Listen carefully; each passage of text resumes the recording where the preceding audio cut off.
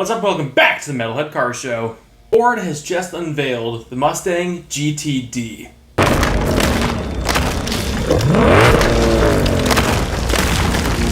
And I can make this video super short by just telling you, it's the craziest Mustang ever made. But it's so much more than just that vague statement, because this is the blank check Mustang. This is the engineers going absolutely berserk making a Mustang. And this is Ford showing the world exactly what the Mustang on the S650 platform can do.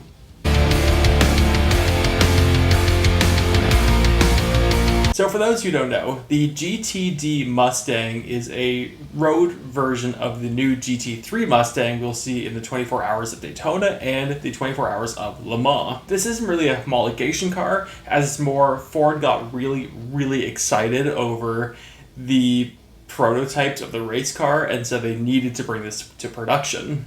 So what is it? It's an S650 Mustang using the GT500 Predator engine that's been up to 800 horsepower. But the engine's been moved back far enough where it's now technically a mid-engine car. Engine's still located in the front of the car, so it's a front mid-engine car, but mid-engine car technically. That 800 horsepower V8 is linked to a 10-speed automatic. Cool thing is, that 10-speed automatic is located in the back of the car, improving the weight distribution, so it's now a perfect 50-50 weight distribution, which I'm pretty sure is the first Mustang in history to ever have that. This is also the first Mustang in history to ever have a rear-mounted transmission. But along with the rear end, it also has a inboard rear suspension, which again is the first Mustang ever to have that. It has 325 tires on all four corners, and because of the overall width of the tires, it is a factory wide body. I'll put the actual numbers up here, but seeing the overall width of it, I assume it's a 6 to 8 inch difference between the standard Mustang. And unlike the standard Mustang, it has a full carbon fiber body, which again is the first Mustang ever to have that, at least for a street Mustang. And I think one of the craziest party pieces on this car is its aero. You have these wild fenders on it, which I assume are just for more than aesthetics. I assume it's doing a lot to either get heat out or work with the active aero in the car. Yes, it has active aero. You have this huge front splitter on it, but I think the overall party piece of this car is its rear wing. It's the first Mustang ever to have a chassis-mounted rear wing, where this one's located on the C-pillars right next to the rear window, a lot like the Koenigsegg Jesko. And it sort of reminds me of like the Mustang SVO and some of the old 80s Fords with those double wings. Not that this is anything remotely like that. This isn't bolted to the trunk like those things are. This is actually bolted to the chassis of the car, which is super cool. But because of its overall shape, it sort of reminds me of it, but it's nothing like those. One really cool feature on the active aero is with a flick of the switch, you can actually change it from cornering to a straightaway. So obviously when you're going through the corners, it'll be a bit more aggressive and cause more drag to give you more downforce. And when you hit the straightaways, you can kind of just open them up and the drag and downforce will completely reduce and you'll have more straight line speed.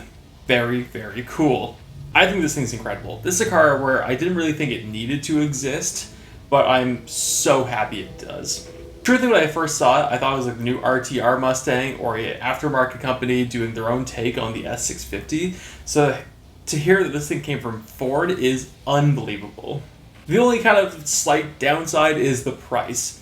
This is a $300,000 car, which frankly, I get it. There's a lot of car in this. There's a lot going on, and this is never going to be $120,000.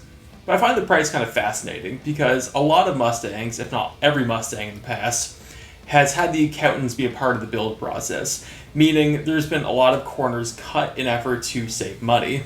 So for Ford to come right out and give this a $300,000 price tag and put so much work and effort into it with association with Multimatic is so cool to see. But along with that no compromise mentality with this car, they're really shooting for some big numbers. They are shooting for a mid 7-minute run on the Nürburgring, which puts it in some very cool company. And along with that, it's actually making a lot more power than the race car version is going to be, which I'm going to put up right up here. And because of that, technically, it's actually be faster in a straight line than the race car will, So I think it'd be really cool to both get the Mustang GT3 and the GTD Mustang and put them on the track together and see which one's faster. I assume it's going to be the GT3 due to it's going to have more work put into its handling than the road cars being allowed to get. But with the additional power the GTD is going to have, I think it'd be a really cool race.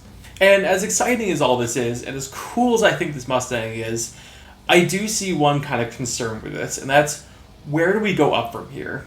With Ford going full EV by 2030, and I think it's be tricky, not impossible, but tricky to kind of get this much innovation into a car, make it this good. I want to know where we can go from here. And sure, we can make it have 1,000 horsepower. We can make it a full EV that's all-wheel drive that has even more power. We could do front inboard suspension. We could do carbon steering brakes, assuming it doesn't already have that. But in the Mustang platform, like seriously, where do we go from here? It makes you feel like this might be a last hurrah into making something incredible, and this might be where the Mustang's gonna peak.